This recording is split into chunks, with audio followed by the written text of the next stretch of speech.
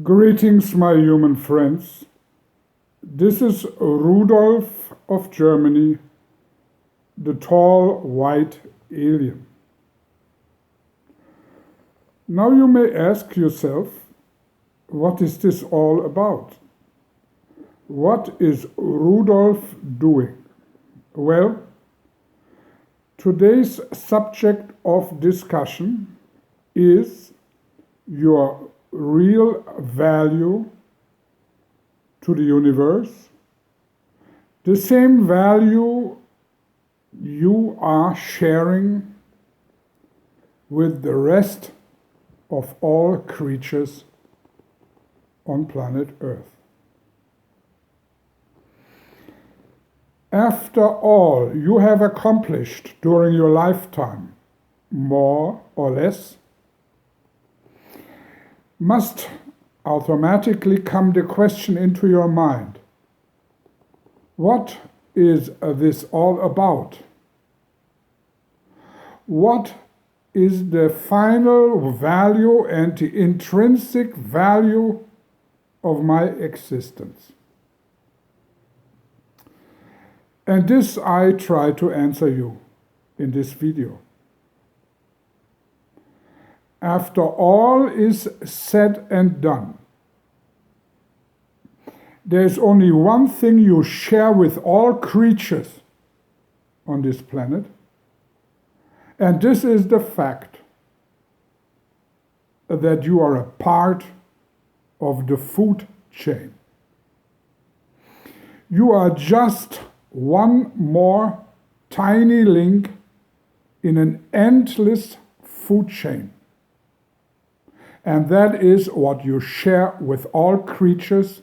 And no matter how much you worked and how many discoveries in science you have made on this planet, or how long you have been sitting idle around, in the very end, you will be only measured in the amount of calories you have provided to the next generation of living creatures. Now we come to the point how to celebrate the last meal. How should the ones who survived you handle your corpse? What is supposed to be done with a dead body after a life has been lived? And here I want to give you one or two ideas. The worst thing a human being can do, and only human beings do so, no other creature in the animal world ever has done it.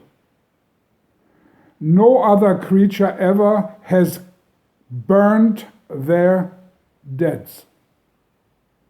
The most selfish thing you can order your children or relatives to do after you died is to be burned.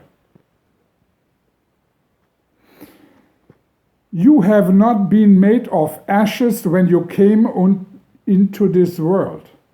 You are not made of ashes to become a living, sentient human being. You have been coming out of living particles. And to deny to be a part of the food chain and to be burned into smoke and not being willing to give your flesh to other living creatures is the most selfish and disgusting thought you can entertain. Every living creature should live and prosper. And after your natural life comes to an end, should be willingly be fed to whoever wants to feed on you. So, to be burned is a sin. To be locked away in a metal casket, or to be preserved by chemics and by taking out the liquids of your body, is another sin.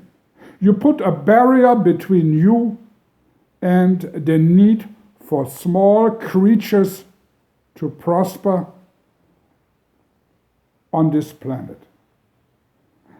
The fine methods of going into the next dimension is by being buried plain and naked into the ground, or even be set under a tree so animals can have a feast. And in a very short period of days, there will nothing be left of you than pure and clean bones. Think about it. Your going into the next dimension will be a benefit to other creatures to create new life.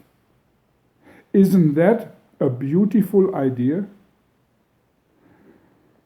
Almost no culture and religion on planet Earth allows for it.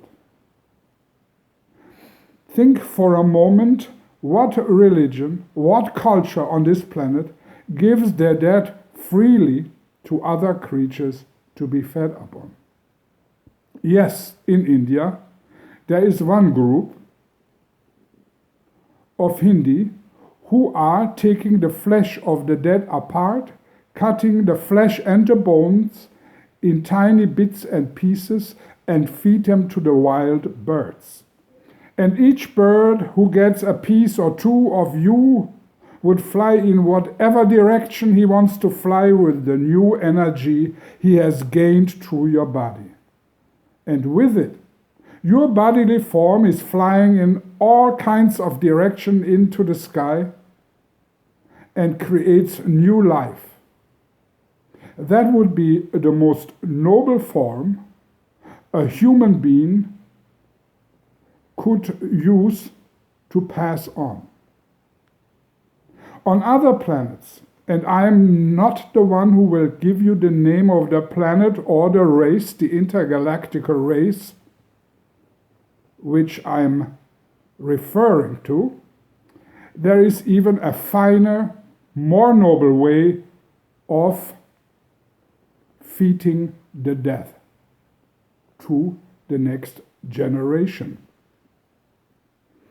On a very particular planet, a very advanced intergalactical race is preparing a meal out of their deceased relatives and eat them up themselves. This way there is no waste and the utmost highest respect for the dead person, because this person is not being wasted or burned or even fed to lower creatures, but out of respect their relatives eat the corpse of their father, mother, grandmother, and so on, in order to give strength to the children of the next generation.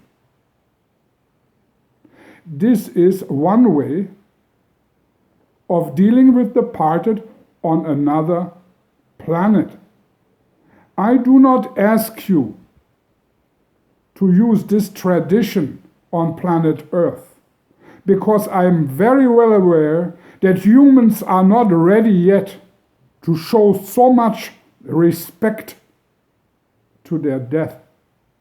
But at least you could sit the corpse of your grandmother under a tree and let wildlife have a feast and happiness, and so your grandmother has, in the last moment of a physical existence, contributed to new and fresh life.